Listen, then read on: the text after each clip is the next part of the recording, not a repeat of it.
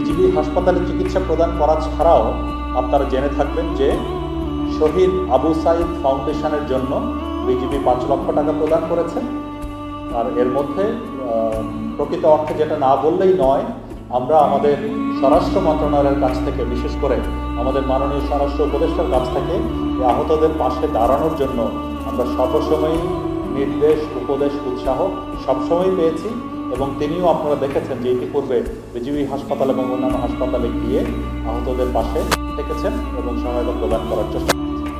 সম্প্রতি আমরা রংপুর ভিজিটের সময় যখন জানতে পেরেছিলাম যে আবু সাইদের পরিবার আবু সাইদ সংঘ নামে একটি ক্লাব গঠন করেছে, সেখানে উপদেষ্টা মহোদয়ের নির্দেশক্রমে আমরা বিজিবির পক্ষ থেকে 5 লক্ষ এবং র্যাবের পক্ষ থেকে 5 লক্ষ, স্বরাষ্ট্র মন্ত্রণালয়ের পক্ষ থেকে 10 লক্ষ টাকা তাদেরকে সহায়তা প্রদান করেছে। এছাড়াও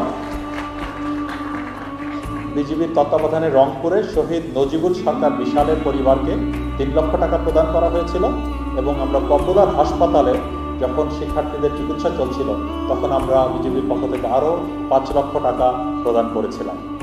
আর বক্তব্য দীর্ঘায়িত করতে চাই না। পরিশেষে বর্তমান পরিস্থিতিতে আমি সকলকে আশ্বস্ত করতে চাই যে সবার উপরে দেশ, এই মন্ত্রে উজ্জীবিত বিজিবির প্রতিটি সদস্য সীমান্তে রতন্দ্র প্রহরী হিসাবে সদা প্রস্তুত এবং দেশের জন্য যে কোনো পরিস্থিতি মোকাবেলায় দৃঢ় প্রতিজ্ঞ।